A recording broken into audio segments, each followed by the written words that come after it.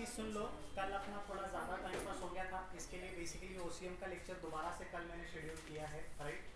So it is better not to waste time. Unnecessary आपका वहाँ पे डिले हो रहा है, क्योंकि अभी आपका यूनिट टेस्ट एग्ज़ाम भी आ जाएगा जून में, ठीक है। सो थोड़ा उसके हिसाब से प्रिपरेशन करेंगे अपन। थोड़ा सा सीरियसली बैठेंगे ताकि मैं आपको 6 बजे तक फ्री कर दूंगा आज, ठीक है। अच्छा, एक और चीज़ है, कल के ओसीएम के लेक्चर में हम लोग कल का जो मिस्ड आउट लेक्चर हुआ था उसको कंपनसेट करके थोड़ा सिलेबस को आगे बढ़ाएंगे, सो दैट हमारा कुछ भी मिस आउट ना हुआ हो। एक बार फटाफट डिस्कस करते हैं। कल अपन ने किसके बारे में डिस्कस किया था? बेसिकली फंक्शंस ऑफ मैनेजमेंट के ऊपर डिस्कस किया था, है ना। कल मैंने आपको बताया था लगभग कितना इसका वेटेज है, 12 से 15 मार्क तक का वेटेज इस चैप्टर का अपने एग्जाम में हर बार देखा जाता है, राइट। ये एक ऐसा चैप्टर है जिसके अंदर से डिस्टिंग्विश बिटवीन भी एक्सपेक्टेड हो सकता है। ये एक ऐसा चैप्टर है जिसके अंदर से बड़े आंसर्स भी एक्सपेक्टेड है। सो इट इज़ ऑलवेज सजेस्टेड कि जितना हो सकता है ये चैप्टर को अच्छे से पढ़ो, राइट। ये इस चैप्टर के आंसर्स हर जगह पे इसका बन सकता है। जस्टिफिकेशन में भी पॉसिबिलिटी है, 4 मार्क के आंसर में भी पॉसिबिलिटी है, 5 मार्क के आंसर के इसमें भी पॉसिबिलिटी है, 8 मार्क के आंसर में भी पॉसिबिलिटी है। सो इट इज़ इंपॉर्टेंट कि हम लोग ये चैप्टर को बड़ी अच्छी तरीके से कर रहे हैं। एक और चीज़ मैं आपको बता दूंगा, हर एक चीज़ के अंदर, हर एक फंक्शन के अंदर 12 से 14 पॉइंट्स है, राइट। सो अगर आप मेरे साथ बात कर रहे हो तो मेरा ऐसे सजेशन है कि आपको कम से कम एटलीस्ट 10 पॉइंट्स तक का तो तैयारी रखना चाहिए। 8 मार्क का आंसर है, 14 मार्क्स आपको कहीं ना कहीं आपका टेक्स्ट बुक बता रहा है, 14 पॉइंट्स आपके टेक्स्ट बुक बता रहा है। सो एटलीस्ट 10 पॉइंट्स का तो आपको रेडीनेस रखना चाहिए अपीयर करने के लिए, राइट। 10 पॉइंट्स भी अगर आप अपने एग्जाम में लिख के आते हो, 9 पॉइंट्स भी आप अपने एग्जाम में लिख के आते हो तो दैट इज एब्सोल्युटली ओके। लेकिन अगर आपको लगता है तो कि कहीं ना कहीं आपको कोई एक्सेप्शनल रैंक वगैरह हासिल करने का इंटेंशन है, तो उस केस में जितना ज़्यादा पॉइंट और जितना क्वालिटेटिव कंटेंट आप लिखोगे उतना आप लोगों के लिए बेटर होगा, राइट। सो आज के लेक्चर में अपन क्या करेंगे, विदाउट वेस्टिंग एनी टाइम हम लोग थोड़ा सा प्लानिंग के बारे में डिस्कशन करना स्टार्ट करते हैं, राइट। कल के बारे में हम लोगों ने देखा था कि जब कभी कोई बिजनेस ऑर्गेनाइजेशन अपने भारत में बिजनेस करना चाहता है, it is not only restricted to India, लेकिन एवरीवेयर इन द वर्ल्ड अगर आप बिजनेस करना चाहते हो तो कुछ फंक्शंस है जिसको आपको फुलफिल करना पड़ेगा, कुछ रिस्पॉन्सिबिलिटीज है जो आपको फुलफिल करनी पड़ेगी। क्योंकि जब तक आप उन रिस्पॉन्सिबिलिटीज को फुलफिल नहीं करेंगे, आपके बिजनेस का जो मेन पर्पस है वो अचीव नहीं हो पाएगा। एवरी बिजनेस का मेन पर्पस एक ही है कि हमको पैसा कमाना है, we need to earn the money. क्योंकि अगर अपना आप 11th स्टैंडर्ड का ओसीएम का टेक्स्ट बुक का कंटेंट याद रखते हो, what is business? Business is nothing but it is an economic activity. Why this economic activity is done? This economic activity is being done for the purpose of earning money.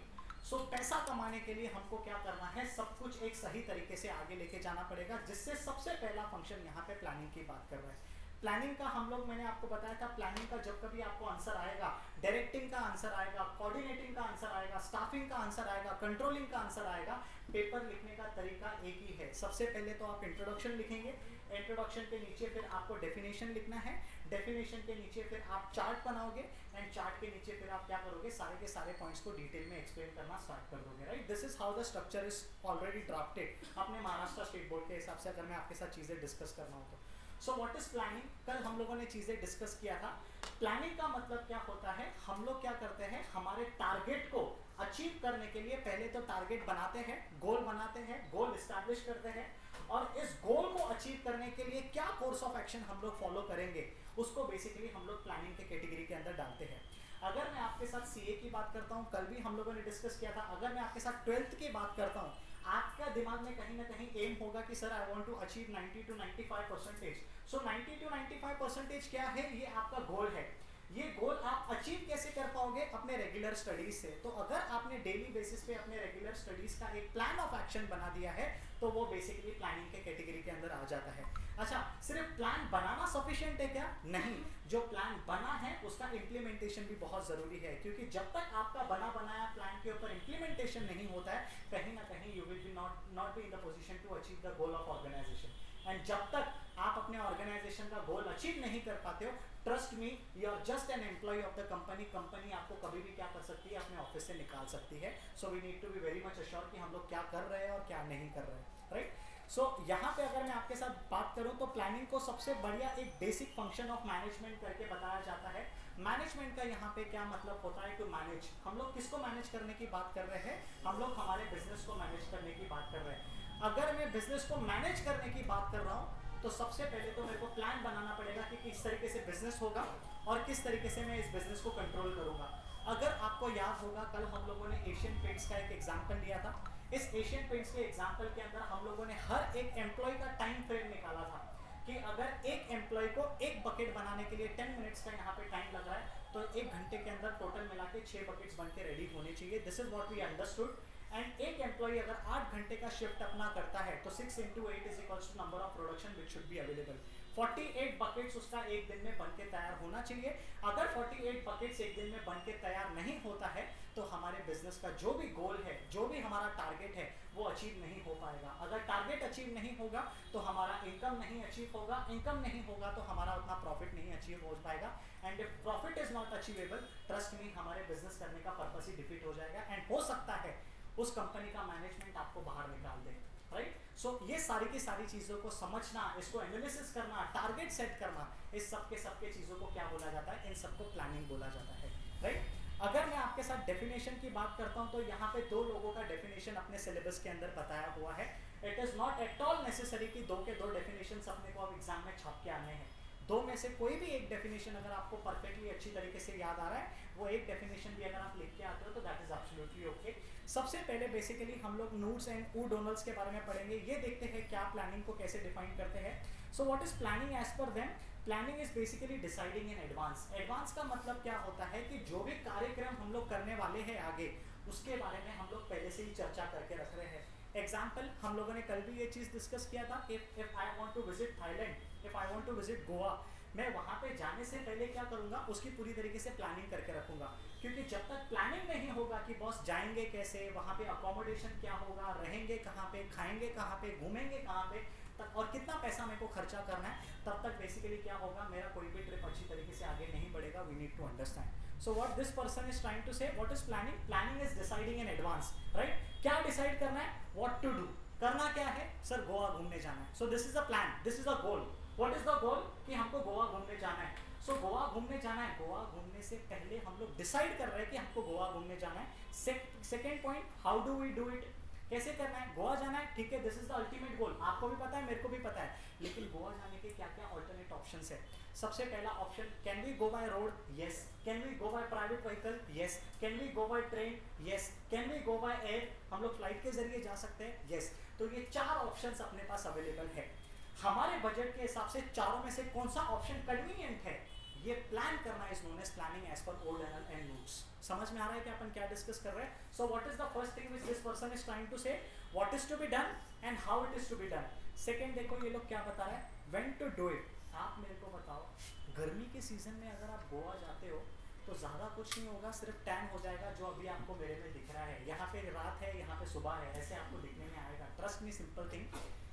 Goa घूमने का अगर आप perfect मौसम ढूंढते हो तो वो कहीं ना कहीं अक्टूबर, नवंबर, दिसंबर, जनवरी, ये उसके गोवा के बेसिक पीक सीजन्स होते हैं, जहाँ पे आपको देसी विदेशी सब क्राउड मिलेगा। देसी विदेशी अगर आपको सब क्राउड मिलेगा तो it will be enjoyable.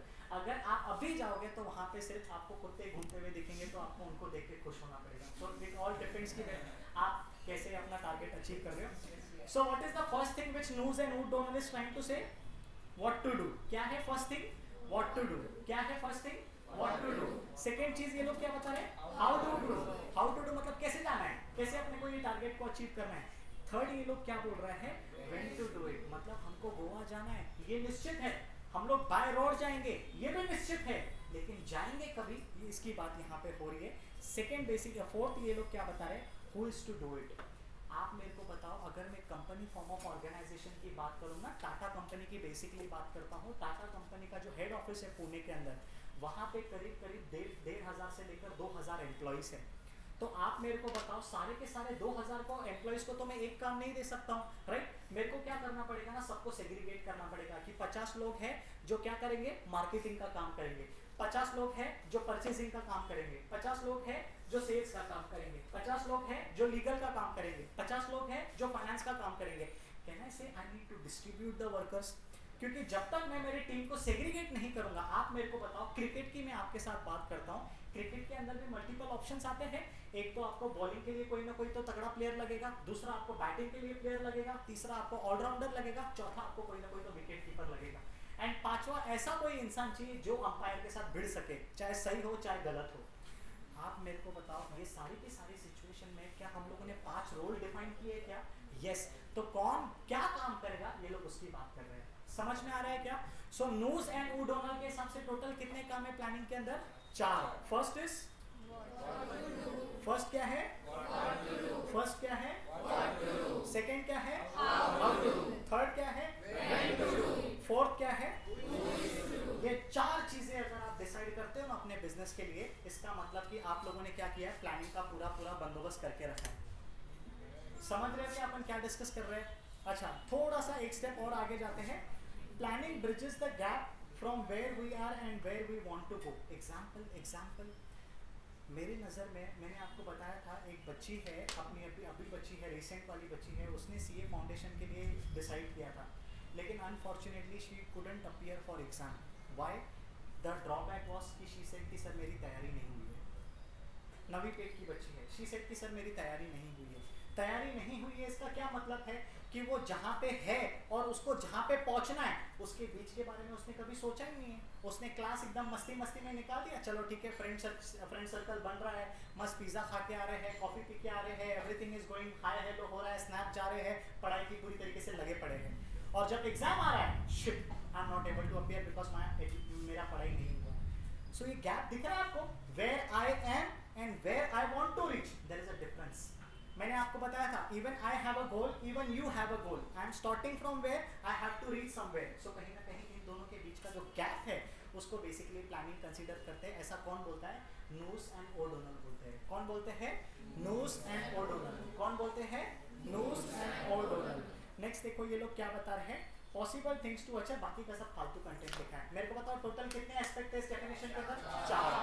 There are 4 parts of this definition. First part is what to do. Second part is how to do. Third part is when to do. Fourth part is who is to do. आप मेरे को बताओ planning करना मतलब क्या? जहाँ पे मैं हूँ और जहाँ पे मेरे को पहुँचना है इसके बीच का जो गैप है, ये गैप को ब्रिज करने का काम कौन करता है? प्लानिंग करता है। Every business, every startup has an aim in mind कि बॉस मेरे को आने वाले 10 साल के अंदर एक इन्फ्लुएंसर कंपनी बनना है पूरे भारत के अंदर, राइट? आप ब्रह्मोस मिसाइल की मेरे साथ बात करते हो, आप अग्नि मिसाइल की मेरे साथ बात करते हो, कभी ना कभी ये मिसाइल्स ऐसे थे कि भारत खुद उसके ऊपर भरोसा नहीं करता था, लेकिन जब से हम लोगों ने किसी एक एनिमी कंट्री के ऊपर उड़ाया है उनका बेस, तब से बेसिकली ब्रह्मोस मिसाइल के ऑल ऑफ द कंट्रीज में क्या आ रहे हैं? डिमांड आ रहे हैं। So this is the bridge, this is the gap which we are trying to fulfil. हम लोग डिफेंस इक्विपमेंट में यहाँ पे है, हमको डिफेंस इक्विपमेंट में यहाँ तक बनना है। तो कैसे बन सकते हैं? अटैक करके, अपना माल टेस्ट करवा के, कहाँ पे भी करे वो none of our concern, right? समझ में आ रहा है कि अपन क्या डिस्कस कर रहे हैं? यस। सेकंड पर्सन देखो यहाँ पे डेफिनेशन क्या बता रहा है? James stoner. क्या नाम है इसका? James stoner. क्या नाम है? James stoner. सर इन लोगों का नाम याद रखना जरूरी है क्या? It is absolutely necessary. एक का तो याद रखो, 2 लोग हैं, आप एक का याद रखो, जिसका याद रखना है उसका याद रखो। एक मेरी बात हमेशा ध्यान में रखना, डेफिनेशन में आपको छेड़छाड़ी नहीं कर सकते हो। डेफिनेशन आप अपने वर्ड्स में कभी नहीं लिख सकते हो, क्योंकि डेफिनेशन का मतलब ही होता है कि जेम्स ने क्या डिफाइन किया, you have to write as it is. अगर आप उसमें थोड़ा बहुत भी चेंजेस कर रहे हो, मतलब आप उस डेफिनेशन का मीनिंग बता रहे हो, आप डेफिनेशन नहीं बता रहे हो, एंड वहाँ पे मार्क्स कटने के चांसेस होते हैं।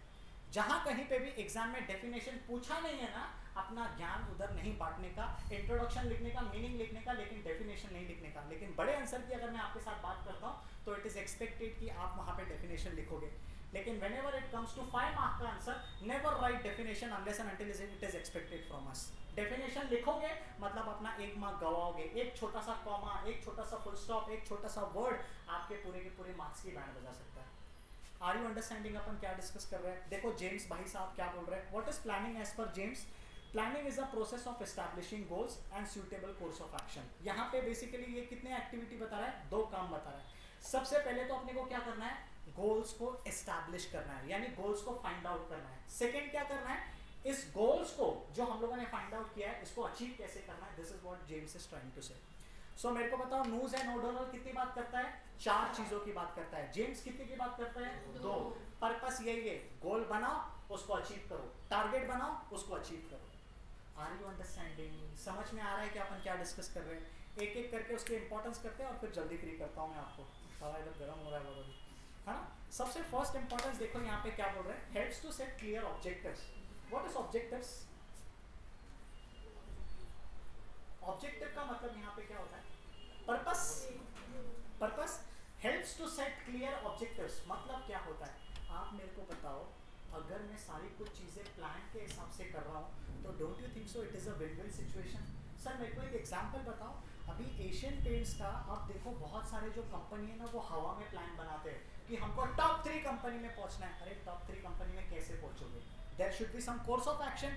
अगर एशियन पेंट्स बोलता है कि मेरे को टॉप 3 कंपनी में पहुंचना है तो उसको इंश्योर करना पड़ेगा कि टॉप 3 कंपनी में पहुंचने के लिए आपको टॉप 3 कंपनी जितना सेल्स करना पड़ेगा, और टॉप 3 कंपनी जितना सेल्स करने के लिए आपको टॉप 3 कंपनी जितना प्रोडक्ट को मैन्युफैक्चर करना पड़ेगा, और टॉप 3 कंपनी के जितना प्रोडक्ट को मैन्युफैक्चर करने के लिए आपको टॉप 3 कंपनी जितना रॉ मटेरियल को परचेस करना पड़ेगा और अपने एम्प्लॉइज उतने लगाने पड़ेंगे। So if you have plans with you, अब जैसे फॉर एग्जांपल मेरे को मालूम है कि मेरा एक दिन में एक एम्प्लॉय कितना काम करेगा, कम से कम 48 बकेट्स तैयार करेगा एक एम्प्लॉय एक दिन के अंदर। सो ऐसे मिला के अगर मेरे पास 100 एम्प्लॉय है तो मेरा कितना बकेट्स बनना चाहिए? 4800 बकेट बनना चाहिए। और मेरे एक दिन में कितनी शिफ्ट चलती है? मेरे एक दिन में 3 शिफ्ट चलती है, तो 4800 इंटू 3 कितना हो जाता है यहाँ पे? इतना बकेट्स मेरा एक दिन के अंदर 24 घंटे के अंदर तैयार होना चाहिए। अगर उतना बकेट मेरा एक दिन पे तैयार नहीं हो रहा है, मतलब समझो आपका डाउनफॉल निश्चित है, आपको बिना रिजल्ट आए। अब आपको देखो पेपर देने के बाद नहीं समझ में आता है। कल बच्चों का मैथ्स का पेपर था, सीए फाउंडेशन का। पेपर देते से ही बच्चों का क्लियर कट था कि सर फेल है, फाउंडेशन खत्म। क्यों? क्योंकि मैथ्स का पेपर उनको एक्सपेक्टेशन था, अरे सोपा है, कुछ नहीं, प्रोबेबिलिटी नहीं आएगा, लिख के आएंगे, ऐसा आएंगे वैसे आएंगे। पेपर से जब बच्चे बाहर निकले हैं ना, उनका ऐसा कहना था कि सर 40 to 50 मार्क्स से ज़्यादा अटेम्प्ट करने की हैसियत ही नहीं थी हमारी। 40 to 50%, 40 to 50 मार्क्स से ज़्यादा हम लोग पेपर अटेम्प्ट ही नहीं कर पाए। तो अगर 100 में से 50 मार्क का पेपर अटेम्प्ट किया है, हाउ कैन यू एक्सपेक्ट कि उसमें से 50 में से 40 उसको मिलेगा, और एग्रीगेट के लिए कम से कम 50 तो चाहिए। हाउ कैन यू एक्सपेक्ट मेरे को 40 मार्क मिलेगा? नहीं है। It's a clear cut understanding you are out. उस बंदे ने सीधा क्या कर दिया, नेक्स्ट सितंबर के पेपर की तैयारी चालू कर दी। उसने बोला सर मैं इकोनॉमिक्स में जाऊंगा नहीं। कहना से planning helps you to identify what is your goal, and अगर आपका हर बार वो गोल टूट रहा है, मेरे को पता है कि मेरे को सीए का एग्जाम क्लियर करना है, सीएस का एग्जाम क्लियर करना है, एंड फॉर दैट मेरे को पता है कि मेरे को 4 से 6 घंटे डेली पढ़ने हैं, एंड अगर मैं 4 से 6 घंटे डेली नहीं पढ़ रहा हूँ, मेरे को रोज दिख रहा है कि I am failing to appear for this, how can I expect कि मैं मेरे एग्जाम में पास हो सकता हूँ? Just by giving assurity to myself कि मैं हो जाऊंगा। पॉजिटिव रहो, संदीप माहेश्वरी नहीं बनना है अपने को, बोलने से कुछ नहीं होगा, करके दिखाना पड़ेगा। Are you understanding? सेकेंड चीजें देखो यहाँ पे ये लोग क्या बात कर रहे हैं, provides a path of action. What is path of action? एक होता है आपने अपना गोल सेट किया है। अब मैं मेरी बात करता हूँ, आई हैव अ गोल कि I want to become a national educator for free of cost.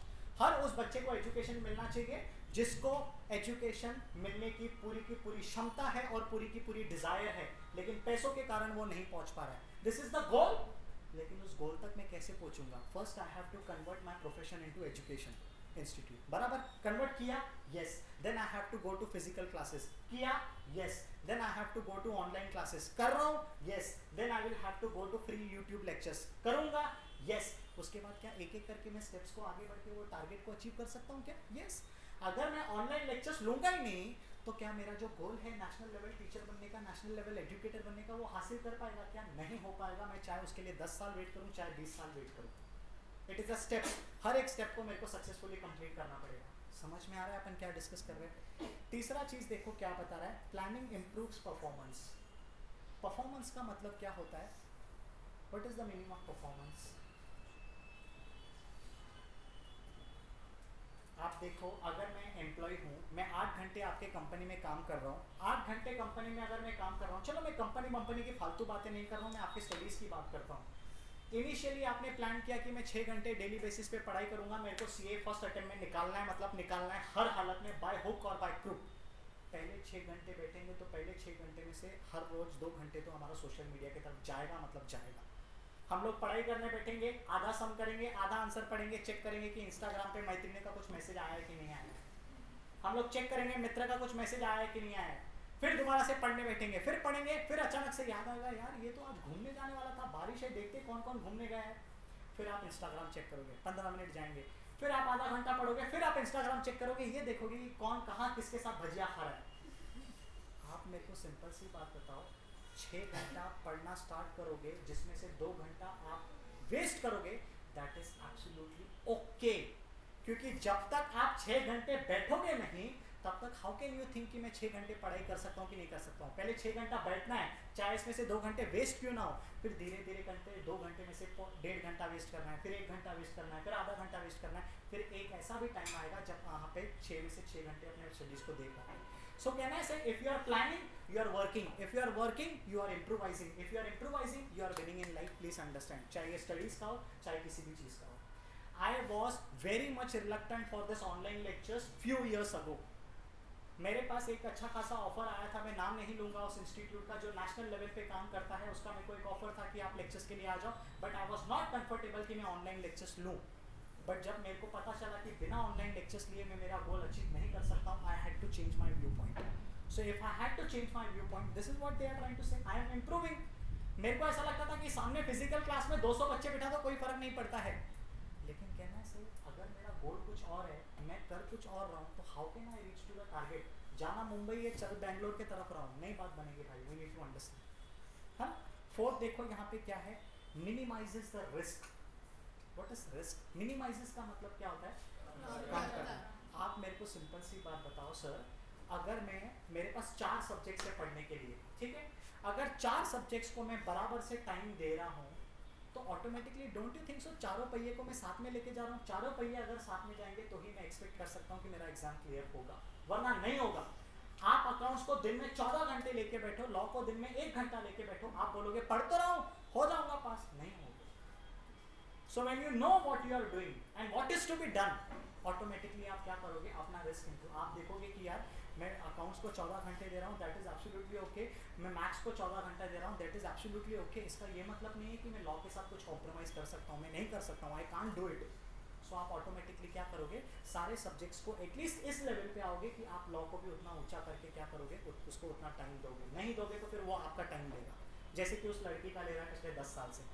याद है अपन क्या डिस्कस कर रहे हैं? हाँ, फिफ्थ देखो पॉइंट यहाँ पे क्या बात कर रहा है, planning leads to optimum utilisation of resources. कितने टाइप्स के रिसोर्सेस हमारे ऑर्गेनाइजेशन के पास होते हैं, अपन ने पहले डिस्कस किया है। We have 2 types of resources, याद है, human resources and man-made resources, human resources and physical resources.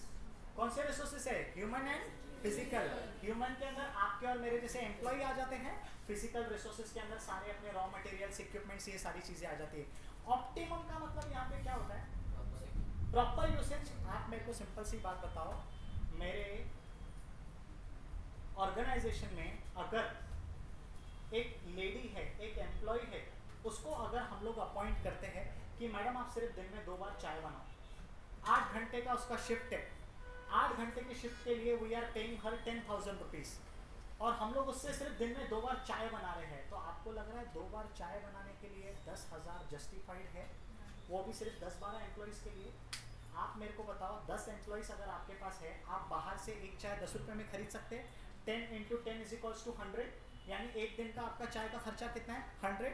आप टोटल 30 दिन में से 26 दिन काम करेंगे, 100 × 26 is equals to how much, 2600। आप दिन में 2 बार चाय पियोगे, 2600 × 2 is equals to how much, आप 5,500 पकड़ लो। आप उस आंटी को कितना पैसा दे रहे हो, 10,000 दे रहे हो, तो क्या आप अपने रिसोर्सेज को अच्छे से इस्तेमाल कर रहे हो, क्या नहीं कर रहे हो। सर फिर यहाँ पे अपने को क्या काम करना चाहिए, यहाँ पे हम उस लेडी को मल्टीपल काम और भी देंगे ताकि हम लोग उसकी सैलरी को जस्टिफाई कर सके, हमारा भी लॉस ना हो, उनके ऊपर भी ज़्यादा बर्डन ना हो। Are you understanding? Optimum utilisation of resources. Resources है, पैसा है, लेडी है, एम्प्लॉय है, इसका ये मतलब तो नहीं है बस हवा में पैसा उड़ा उसके ऊपर, कहीं ना कहीं जितना आप पैसा दे रहे हो उसके अगेंस्ट में आपको उतना काम भी लेके लेना चाहिए। Are you understanding what we are trying to discuss? Next देखो ये लोग क्या बता रहे हैं, helps in decision making. What is decision making?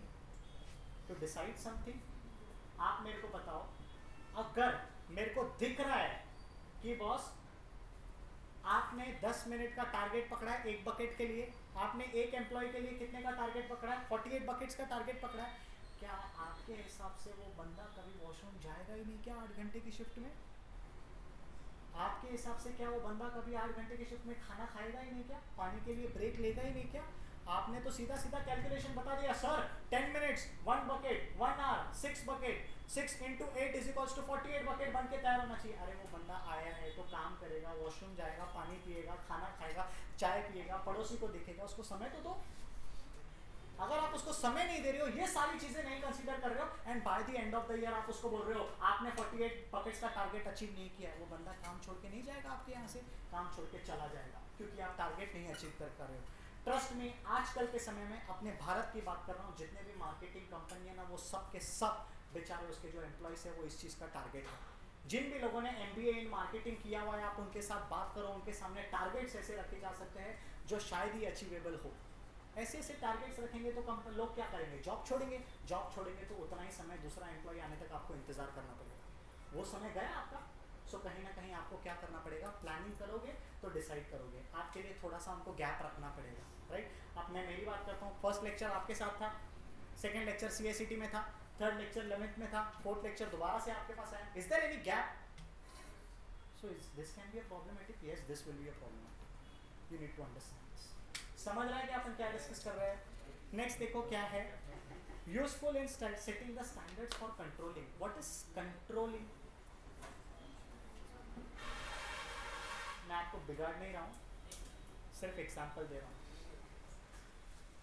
पिताजी अपने बेटे को बोलते हैं देख 18 साल तेरा ख़त्म होने को आया है, बेटियां को भी बोल रहे हैं 18 साल ख़त्म होने को आया है, मेरी बात ध्यान से सुन, लफंगा बन के बाहर पब्स में फ्रूटी पीने मत जाना दोस्तों के साथ। तेरे को फ्रूटी पीनी है, कम सिट विथ मी, मेरे साथ बैठ, तेरे को मैं लिमिट में पिलाऊंगा, और पीने के बाद अगर तू अनकॉन्शियस माइंड में हो जाएगा तो भी कोई डर की बात नहीं है, क्योंकि तू घर में इधर उधर भटक के कुत्ते जैसे पड़ा हुआ नहीं है। आप मेरे को बताओ, और मैं अगर अपने पिताजी के साथ अनकॉन्शियस होने के लिए फ्रूटी पी रहा हूँ और हद पार कर रहा हूँ, आप बैठ चकना लेके आ, शायद दूसरी सुबह होगी नहीं मेरे लिए। Are you understanding? सो आप जब प्लानिंग बनाते हो ना, आपको क्या करना पड़ेगा, वो प्लानिंग के साथ चीज़ें देखनी पड़ेगी कि ये चीज़ें हो रही है कि नहीं हो रही है। 6 घंटे का प्लान बना है, 6 घंटे बन रहे कि नहीं बन रहे, किसी दिन 5 घंटे बन रहे हैं, किसी दिन 4 घंटे बन रहे हैं, किसी दिन 4.5 घंटे बन रहे हैं। आप मेरे को बताओ, जब रोज रोज रोज रोज मैं कोई ना कोई तो एक्सक्यूजेस दे रहा हूँ, आज लाइट नहीं है, कल लेक्चर नहीं हुआ, परसों ये नहीं हुआ, परसों दोस्त के साथ जाना है, परसों मेरी डेट है, ये सारी की सारी चीज़ों में प्रॉब्लम क्या होगा ना, आप टारगेट्स नहीं अचीव कर पाओगे। एंड जब टारगेट्स अचीव नहीं होगे ना, by the end of the time जब रिजल्ट आएगा ना, आप सर पकड़ के बैठोगे कि शिट यार टारगेट अचीव नहीं हुआ, नहीं होगा डेफिनेटली, सीधी सी बात है। सो what is controlling? Controlling is actually comparing what was planned and what is happening. 6 घंटा प्लान किया था, 3 घंटे पढ़ रहा हूँ, रिजल्ट दिख रहा है फेल है, can I say I will have to control myself and 3 की जगह पे 4 करना पड़ेगा, 4 की जगह पे 4.5 करना पड़ेगा, 4.5 से 5 करना पड़ेगा, 5 से 6 करना पड़ेगा। So I am controlling my action, why? For the purpose कि मैं मेरे प्लान तक खड़ा रह सकूँ, फॉर द पर्पस मैं मेरे प्लान तक अचीव कर सकूँ। प्लान अचीव होगा तो बात आगे बनेगी। सर काय चाल रहा है, आर यू अंडरस्टैंडिंग? चलो बताओ फर्स्ट पॉइंट कौन सा है? What is first point? जोर से, first point second first class, third fourth, fifth क्या है? सिक्स्थ, सेवेंथ, एट तो देखो क्या बता रहा है, facilitates coordination on all activity. What is coordination? आप देखो, जब आप क्रिकेट की मेरे साथ बात करते हो, फुटबॉल की मेरे साथ बात करते हो, कोई भी स्पोर्ट्स की आप मेरे साथ बात कर लो, हर स्पोर्ट्स में कोऑर्डिनेशन की ज़रूरत है कि नहीं है? हर स्पोर्ट्स में कोऑर्डिनेशन की ज़रूरत है। इमेजिन करो वहाँ पे कोई फील्डर रुका है, तो आपको नहीं लगता है कैप्टन पहले फील्ड सेट करता है, सो दे आर कोऑर्डिनेटिंग। आप मेरे को बताओ, लेक्चर सेट करने से पहले कौन आ रहा है कौन नहीं आ रहा है ये देखा जाता है, उसके हिसाब से सब हो रहा है। सो जो लेक्चर नहीं हो रहा है तो ये कोऑर्डिनेट हो रहा है, लेक्चर हो रहा है तो भी कोऑर्डिनेट हो रहा है। सो कहीं ना कहीं कोऑर्डिनेटिंग का यहाँ पे मतलब क्या होता है, मेरे को पता है कि अगर परचेजर और फाइनेंस डिपार्टमेंट के बीच में आपस में कोऑर्डिनेशन नहीं होगा ना, तो बिजनेस में पंगा हो जाएगा। सर क्यों? परचेजर को क्या चाहिए? Raw material. रॉ मटेरियल जब परचेजर खरीदने जाएगा कि सर मेरे को रॉ मटेरियल दो, सामने वाला सप्लायर क्या बोलेगा? रॉ मटेरियल तो देता हूँ तो मेरे को पैसा दे। जस्ट इमेजिन करो मैं मेरे फाइनेंस डिपार्टमेंट के पास आता हूँ, बोलता हूँ मैडम पैसा दो, मेरे को रॉ मटेरियल परचेस करना है। मैडम बोलती है हाँ हाँ सर अभी थोड़ा सा पैसों की कमी है, 6 दिन के बाद पैसे देती हूँ। आप मेरे को बताओ, मैडम मेरे को 6 दिन के बाद पैसे देगी, अभी मेरे पास प्रोडक्शन करने के लिए रॉ मटेरियल नहीं है, तो क्या हमारा आपस में कोऑर्डिनेशन बनेगा? नहीं बनेगा। कोऑर्डिनेशन नहीं होगा तो होगा क्या? What will be the result? Result will be कि रॉ मटेरियल नहीं आएगा। सर उसका क्या कॉन्सिक्वेंसेस होगा? रॉ मटेरियल नहीं आएगा तो प्रोडक्शन नहीं होगा। सर उसका क्या कॉन्सिक्वेंसेस होगा? प्रोडक्शन नहीं तो फिनिश गुड्स नहीं, फिनिश गुड्स नहीं तो सेलिंग नहीं, सेलिंग नहीं तो इनकम नहीं, इनकम नहीं तो प्रॉफिट नहीं, प्रॉफिट नहीं तो पूरा बिजनेस हैम्पर हो रहा है क्या आपके कोऑर्डिनेशन प्रॉपर ना होने के कारण? यस। तो अगर प्लान है तो वो प्लान के हिसाब से सारी कुछ चीज़ें अच्छी आगे से चलेगी, वरना it can be a troublesome moment, we need to understand, है ना। 9th देखो यहाँ पे क्या बता रहा है, फैसिलिटेट्स अदर मैनेजमेंट फंक्शंस। और कौन से फंक्शंस है? स्टाफिंग। मैंने प्लान तो किया है सर, एक दिन में मेरा 48 एक एम्प्लॉय से तैयार होना चाहिए, 48 एक दिन में तैयार होना चाहिए, तो आपको ऐसा एम्प्लॉय ढूंढना पड़ेगा जो काम के ऊपर ज़्यादा फोकस करे और मोबाइल के ऊपर कम। फॉर योर काइंड इन्फॉर्मेशन, अगर मैं आपको एक छोटी सी चीज़ बताता हूँ, तो जो भी फैक्ट्रीज में आप देखोगे एम्प्लॉयज़ को, लेबर लोगों को, फैक्ट्रीज में लेबर लोगों को मोबाइल फ़ोन लेके जाना अलाउड नहीं होता है। क्यों? जैसे ही फैक्ट्री में लेके जाएंगे मोबाइल, किसी का फ़ोन आ गया, हाँ गाय की बछड़ी कैसी है, बछड़ा कैसा है, काय चल रहा है, काय करायला आले, why you are here? You are here for the purpose of doing production. And अगर आप वहाँ पे बैठ के पूछ रहे हो आप कैसे हैं, आपके बच्चे कैसे हैं, पूरा बिजनेस की बैंड बज रही है क्या? यस। आपका कंट्रोलिंग लाइन अगर रुकेगा, आप कभी फैक्ट्री गए नहीं हो, कभी मौका मिलेगा तो डेफिनेटली जाना। एक बंदा अगर अपना काम रोक देता है ना, तो इसके साथ वाले आगे सारे बंदे को रोकना पड़ता है। ये सारी चीज़ों को दूर करने के लिए वो लोग क्या करते हैं, मोबाइल फ़ोन अलाउड ही नहीं रखते। अगर कुछ इमरजेंसी कॉन्टैक्ट है जो सुपरवाइजर का नंबर दे के रखते हैं कि आप उनको फ़ोन करो, जो होगा हम लोग बात करके लेंगे। समझ में आ रहा है अपन क्या डिस्कस कर रहे हैं? नेक्स्ट देखो क्या है, promotes innovative idea. What is innovative? Something new, something unique. मेरे को पता है कि साला एक आदमी एक बकेट बनाने के लिए कितना टाइम ले रहा है? 10 मिनट ले रहा है। व्हाट इफ अगर मैं इंसान को रिप्लेस करके रोबोट लगाऊं तो रोबोट लगाऊंगा तो मेरा एक काम कितने दिन में हो जाएगा? 7 मिनट के अंदर हो जाएगा। सो एक बकेट अगर 7 मिनट के अंदर हो रहा है तो क्या मेरा प्रोडक्शन फास्ट होगा? हाँ। प्रोडक्शन फास्ट होगा तो मेरे फिनिश गुड्स ज़्यादा बनेंगे? हाँ। फिनिश गुड्स ज़्यादा बनेंगे तो सेल ज़्यादा होने का पॉसिबिलिटी है? यस। सेल ज़्यादा होगा तो इनकम ज़्यादा आएगा? यस। इनकम ज़्यादा आएगा तो प्रॉफिट ज़्यादा होगा? यस। प्रॉफिट ज़्यादा होगा तो it is a win win situation for all the business and employees को भी वहाँ पे प्रमोशन मिलने का चांसेस है। बट यहाँ पे प्रॉब्लम क्या होगा? अनएम्प्लॉयमेंट रेट बहुत ज़्यादा बढ़ जाएगा। We need to understand. समझ में आ रहा है कि अपन क्या बात करें? सो प्लानिंग ज़रूरी है कि ज़रूरी नहीं है? बिजनेस के लिए ज़रूरी है, हाँ। जॉब के लिए ज़रूरी है, स्टडीज़ के लिए ज़रूरी है, मैत्रिन के लिए ज़रूरी है। यस। मैं नहीं बोल रहा हूँ, ये बोल रहा हूँ। चलो फटाफट मेरे को डेफिनेशंस के नाम बताओ। कौन है जो डेफिनेशन बताता है प्लानिंग के? 2 पीपल। फर्स्ट इज, क्या नाम है उसका? नूस एंड ओडोर। क्या नाम है? नूस एंड ओडोर। क्या नाम है? नूस एंड ओडोर। कितने चीज के ऊपर फोकस करता है? 4। First, second, third, fourth. Second बंदा कौन है जो डिफिनेशन बताता है प्लानिंग का? कौन सा बंदा है? जेम्स। जेम्स कितने चीज के ऊपर फोकस करता है? 2। फर्स्ट चीज क्या है? Establish a plan. सेकेंड क्या है? Action plan to achieve the goal. This is what we have understood. Total मिला के कितने पॉइंट्स है इसमें? 10 पॉइंट है। एग्जाम में अगर आंसर आता है तो 10 पॉइंट की जगह पे 9 पॉइंट भी लिख के आएंगे ना, दैट इज एब्सोल्युटली ओके। लेकिन चार्ट बनाना कभी मत भूलना। चार्ट बनाना भूलोगे तो this can be a problematic situation. बस 10 पॉइंट रिवाइज करो और घर जाओ। बताओ फर्स्ट पॉइंट कौन सा है? कौन सा है first point? Second, third, fourth, fifth, sixth, seventh,